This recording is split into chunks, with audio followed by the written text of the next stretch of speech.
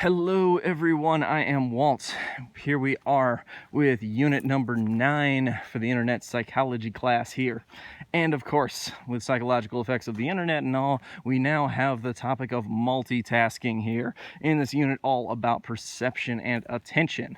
I know you guys are looking forward to attention. You can jump on forward to part 3 here if you want that. But for now, let's talk about multitasking. So, multitasking either gets a lot of love or a lot of hate, okay? And when it does, it's basically either earned or unearned. So let's talk a little bit about multitasking. Okay, multitasking does not work well if you're trying to use the same area of the brain for two different tasks, okay? Two similar tasks basically cannot be done very well at the same time. For example, some people like to try to listen to two things at the same time. I know some people like, pay attention to what's, a video playing on their phone, and also they have the TV in the background. You can't actually pay attention to both of those well at the same time because you're attempting to use the brain to do multiple tasks, okay? Now, it'd be cool if you could just pay attention to both of these, but the thing is, the brain doesn't like to be doing a ton of these similar tasks together. Meanwhile, you can do some dissimilar tasks together, and that can work as multitasking. Now, the issue is a lot of things that people consider multitasking end up being, problematic, versus some things are actually super useful, So, let's talk about what works and what doesn't work. Okay, let's dive on into some of that. First off, there's the idea that millennials are better at multitasking than other people, that somehow they are so good at multitasking, Well, guess what? Studies say otherwise. Millennials are no better at multitasking than baby boomers, for example. So, too bad on that front. Still, when it comes to multitasking, what can work, what cannot work? Okay, as I said, it doesn't work well if you're trying to do two things that are very similar at the same time. Two visual things, two auditory things, to pick your favorite situation, Meanwhile, though, clearly people can do a few things at the same time. Like, as I'm walking along here, see, my heart is still beating, okay? I'm thinking about words I want to say, and I'm also moving my feet here simultaneously, as well as my other arm.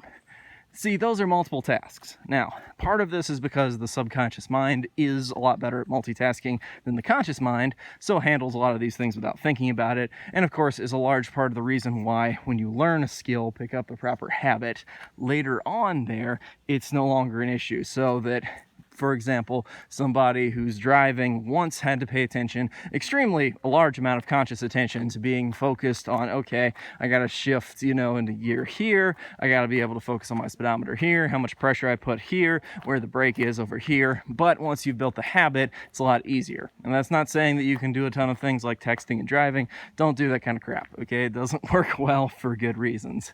But when it comes to other things, okay, my main point about that is simply the subconscious mind's powerful. I have a ton of self-help materials on that, but maybe that's just me. So you guys feel free to check those out or not.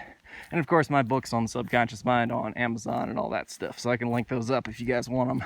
Anywho, back to my main topic though, multitasking. So I've told you some of the problematic sides of multitasking. What about some of the upsides? Well, if you do two dissimilar tasks, particularly when one of them doesn't require much attention at all, then multitasking can be great. A good example I find that can work, audiobooks. I love audiobooks for either like driving or riding around in a car. So if you're driving around in the car, you can listen to the radio or an audiobook and still do a decent amount of driving, at least in theory here, okay?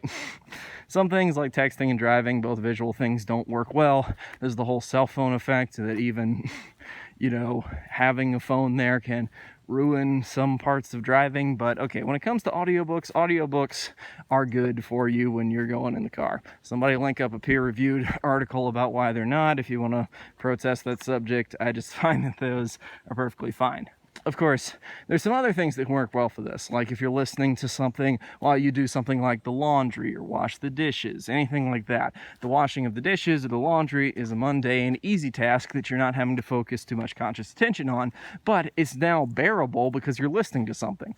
And also, the whole thing enhances itself because washing dishes is boring by itself, or listening to something is boring by itself, but together, it's the right amount of stimulation.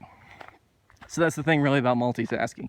You want to not use the same area of the brain for like basically doing something that is super similar. The more similar the two tasks are, the less you'll be able to do them together. Okay, that's the big takeaway here.